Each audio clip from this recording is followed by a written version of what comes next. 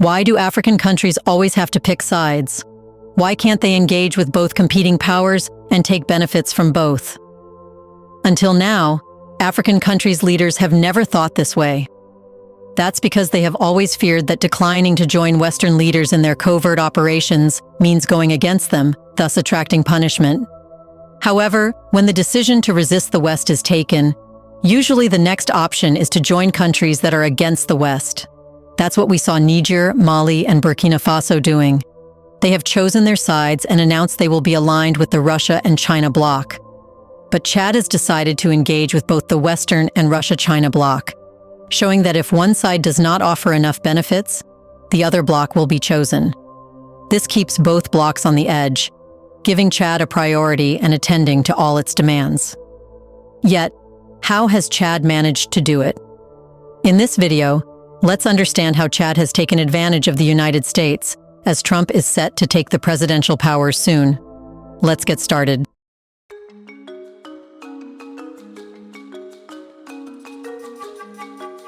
Chad has mastered the art of winning friends from the West and anti-West blocs. At one moment, Chad seems to kick out U.S. troops to win favor from Russia and China, while in another instance, it welcomes the U.S. troops. In that way, Chad becomes unpredictable and open to any country that wants it on its side. However, in return, Chad has to be reciprocated. Interestingly, both the West, especially the United States, and Russia know precisely what Chad is doing. The answer lies in Chad's geopolitical importance, becoming a country which both sides want to use as a launching pad for their own agendas. Yet Chad has also planned not to be used by any side, but to get benefits in the process. It borders Sudan's civil war, Libya's fractured state, and the Central African Republic's endless political instability. Therefore, if Chad collapses, so does the West's last foothold in the Sahel. But Chad's leaders understand this dependency, using their location as a trump card. For the West, Chad is the final buffer against the unchecked spread of the so-called insurgents, which the West always seem to chase. France and the US are desperate to hold on to this stabilizing presence in a region where their influence has all but evaporated. This desperation gives Chad extraordinary leverage, a power of surgical precision to extract concessions, from military aid to economic support, all while pursuing its own interests. But how did all that begin? When Idris Deby was killed in 2021, many expected Chad to follow its neighbors into chaos. Instead, his son, Mahamat Idris Deby, stepped into power almost seamlessly. This transition wasn't just smooth, but strategic. It demonstrated Chad's ability to maintain stability, a contrast to the coups and power vacuums gripping the rest of the Sahel. Mahamat's rule, while criticized for its authoritarian tendencies, has provided the predictability the West craves. However, in reality, the predictability is just on the surface. He extended the transitional period, ran for office in 2024, and secured a victory with 61% of the vote. While international observers raised concerns about the election's integrity, the West turned a blind eye. For France and the US, stability is more important than democracy, and Mahamat's firm grip on power guarantees that Chad remains a reliable partner in a volatile region.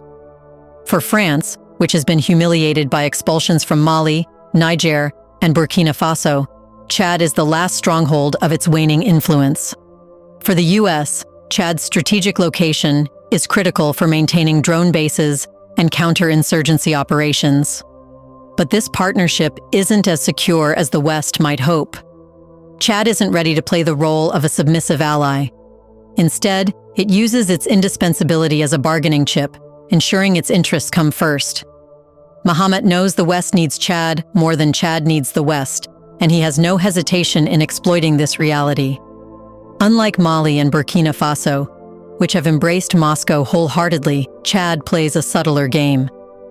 Anti-French sentiment does exist among its population, but Chad has stopped short of expelling French forces. This calculated ambiguity allows it to maintain Western support while exploring ties with Russia. Interestingly, Russia's growing presence in Chad isn't accidental. The opening of a Russian cultural center in N'Djamena and increased media collaborations signal Chad's willingness to diversify its partnerships. This isn't about choosing sides, it's about keeping options open. By engaging with both the West and Russia, Chad ensures it remains indispensable to both.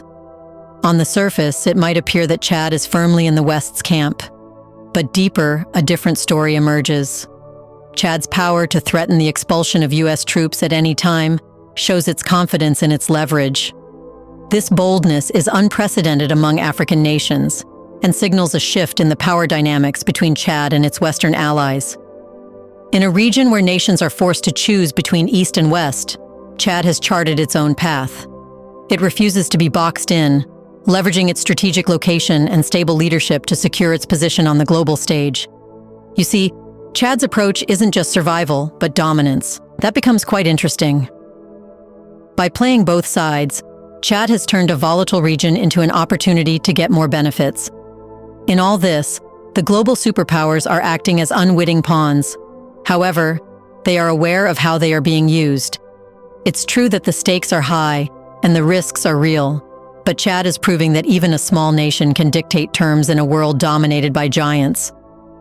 For Chad, the game is far from over, and it's playing to win. That's where an important question arises. Can Chad be friends with both Russia and the West? Well, a few months back, Chad was counted as a Western ally, and this took all the bargaining power away. The West, and especially the United States, knew whatever they asked, Chad would follow. That's when a brilliant strategy was formulated to show that Chad is not an eternally Western ally and will build an alliance with Russia if it wants to. Immediately after, we saw Chad's president meeting Russian President Vladimir Putin, sending a clear message to the West that they must do something. If things get late and Chad is not offered the benefits it wants, it will be lost to Russia, and the West might never get a chance to project its influence again. This, even though it is hypothetical, is a great threat. It became a nightmare when President Mohammad Dabi met Vladimir Putin in Moscow.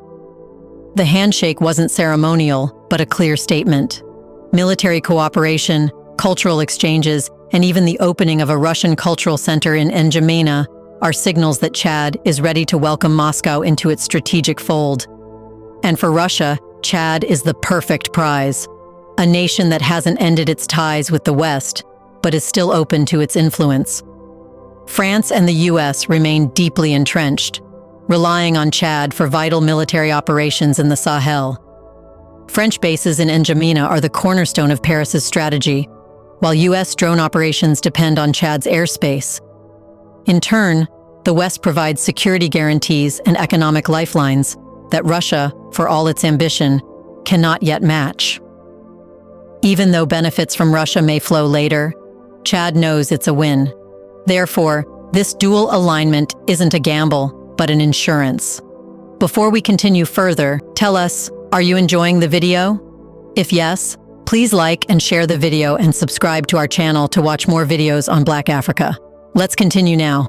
However, it is important to understand why Chad's president actually needs to strike a balance between Russia and the West. Well, the answer lies in what the younger generation of Chad wants. Among this age group, anti-Western sentiment is rampant. France and the US, with their endless demands for democratic reform, come off as paternalistic. In contrast, Russia's no-strings-attached approach to partnership feels refreshing. Moscow doesn't preach democracy. It offers pragmatic cooperation, which resonates deeply with a populace tired of Western hypocrisy. However, Chad cannot just instantly change its course. Chad knows that instead of totally relying on Russia after hearing what the population wants and facing economic punishments from the West, it's better to stay neutral. In this way, instead of creating a parallel network against the West, which demands careful design, Chad has openly declared it can align with any country it wants, weighing the offered benefits. That's when Donald Trump's election victory became relevant. Donald Trump's presidency introduces a new layer of complexity to Chad's geopolitical strategy. His America First approach prioritizes security partnerships over the promotion of democratic ideals, a doctrine that aligns with Chad's playbook. Chad, as a counterinsurgency hub in the Sahel, fits perfectly into Trump's transactional style of foreign policy. PLO Lumumba, in an interview, said that Trump will now be more interested in Africa because he knows Russia and China are winning the nations in the region. Instead of losing them, he will ensure America could have its hands on as many African nations as possible. This creates the perfect atmosphere where African nations will be pursued to side with global powers, and in return, they will be offered incentives. Those countries who will instantly pick sides will get a lower reward than those who remain neutral to get more bargaining power. In this respect, Chad will have the upper hand because it is already announced it won't be easy to play with. Donald Trump might have to offer great incentives for Chad to temporarily side with the United States, while the Russia-China bloc will offer economic alternatives. However, while this alignment with Trump's policies benefits Chad in the short term, his unpredictability poses risks. Trump's tendency to recalibrate U.S. foreign policy based on domestic political needs could result in reduced financial support or a diminished American presence in Chad. Anticipating such scenarios, Chad has wisely diversified its partnerships. China, for example, has stepped in with significant investments in infrastructure, further strengthening Chad's position. Deals signed with Beijing bolster Chad's economic prospects while reducing its reliance on Western aid. At the same time, nations like the United Arab Emirates and Turkey are exploring opportunities in Chad, offering additional avenues for diplomatic and economic collaboration. These competing interests make Chad a highly sought-after partner, reinforcing its leverage on the global stage. Chad's balancing act reflects a broader shift in Africa, where nations are rethinking their traditional reliance on Western powers. Across the continent, countries are exploring alternatives as Russia's non-intrusive partnerships and China's substantial investments gain traction. Chad exemplifies this trend. By refusing to pick a side in the geopolitical rivalry, it extracts maximum benefits from both Eastern and Western powers. Its strategy has not gone unnoticed. Nations like Senegal, Ghana, and South Africa are beginning to adopt similar approaches, leveraging multiple alliances to strengthen their positions. This shift challenges the historical dominance of Western influence in Africa. Chad's ability to manage these dynamics highlights the growing agency of smaller nations in shaping their own foreign policies. But things don't stop here. Chad poses a unique and potentially game-changing challenge to Western influence in Africa, not by aligning itself solely with Russia or China, as Niger, Mali, and Burkina Faso have done, but by embracing a strategy of playing both sides. This double-play approach signals a new way for African nations to handle global power dynamics. Instead of picking sides in the ongoing rivalry between the West and the Russia-China bloc, Chad is showing that African countries can leverage both for maximum benefit. The implications of this strategy could fundamentally reshape Africa's geopolitical landscape.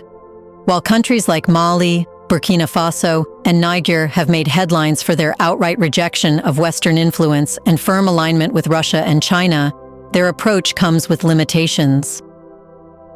A complete pivot to the Eastern Bloc cuts off economic, military, and diplomatic opportunities with the West, potentially narrowing their options in the long run. Put simply, in this way, the Western countries cannot be exploited. Chad, however, offers a more pragmatic alternative. By maintaining relationships with both the West and Russia-China, Chad demonstrates how nations can extract concessions and benefits from both sides without committing fully to either. This dual engagement model sends a powerful message to other African nations. Choosing sides is no longer necessary. Experts like PLO Lumumba have long argued that Africa's true strength lies not in aligning with one global power, but in asserting its independence and using global competition to its advantage. Chad's strategy could serve as a blueprint for an alliance of nations committed to balancing relationships with competing powers, creating a bloc that maximizes its geopolitical value without being constrained by the ideological or strategic agendas of external actors. Such a shift would pose a serious challenge to the West's long-standing influence in Africa. Western nations have traditionally relied on their ability to align African countries through aid, trade agreements, and military partnerships. Chad's approach disrupts this model, proving that these relationships can be transactional rather than dependent.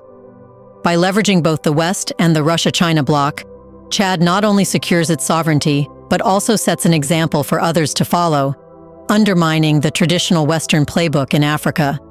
The prospect of an African coalition embracing this double-play strategy is particularly unsettling for the West. This approach would dilute Western influence while empowering African nations to negotiate on their own terms. Instead of remaining passive recipients of aid or security assistance, these countries would become active players, securing benefits from both sides while maintaining their independence. Such a development could weaken the West's ability to use Africa as a strategic buffer against Russian and Chinese influence, a key pillar of its global strategy. Chad's approach also aligns with broader trends across Africa, where many nations are pushing for more self-determined foreign policies. Younger urban populations in African countries are increasingly rejecting the traditional binary of East versus West, calling for partnerships that prioritize African interests over foreign agendas. Chad's balancing act resonates with these sentiments, positioning it as a leader in a potential wave of African diplomacy that prioritizes agency and sovereignty. If Chad's strategy gains traction, it could signal the start of a new era for Africa, one where the continent refuses to be boxed into the traditional frameworks of global power rivalry. As Lumumba and other experts have noted, Africa's strength will emerge when it focuses on its own priorities rather than the agendas of foreign powers. By leveraging global competition, Chad offers a vision of an empowered Africa that can assert its interests on the world stage. This approach not only threatens the West's dominance, but also provides a roadmap for African nations seeking to redefine their role in global politics. Chad's double play is more than just a threat to Western influence. It's a bold strategy for a more sovereign and strategically independent Africa. What do you think? Should other African countries follow this genius strategy charted by Chad? Or will African leaders continue to side with the West? In the comment section right below, share your thoughts on the opinion that Africans should demand their leaders to have a neutral foreign policy with every country so benefits can be maximized. Do you want to watch more videos like this one? If yes, subscribe to our channel and press the bell icon next to it. We bring videos on Black Africa, its history, rich arts and culture, and things the world should know about. Thanks for watching, and until the next video, stay tuned.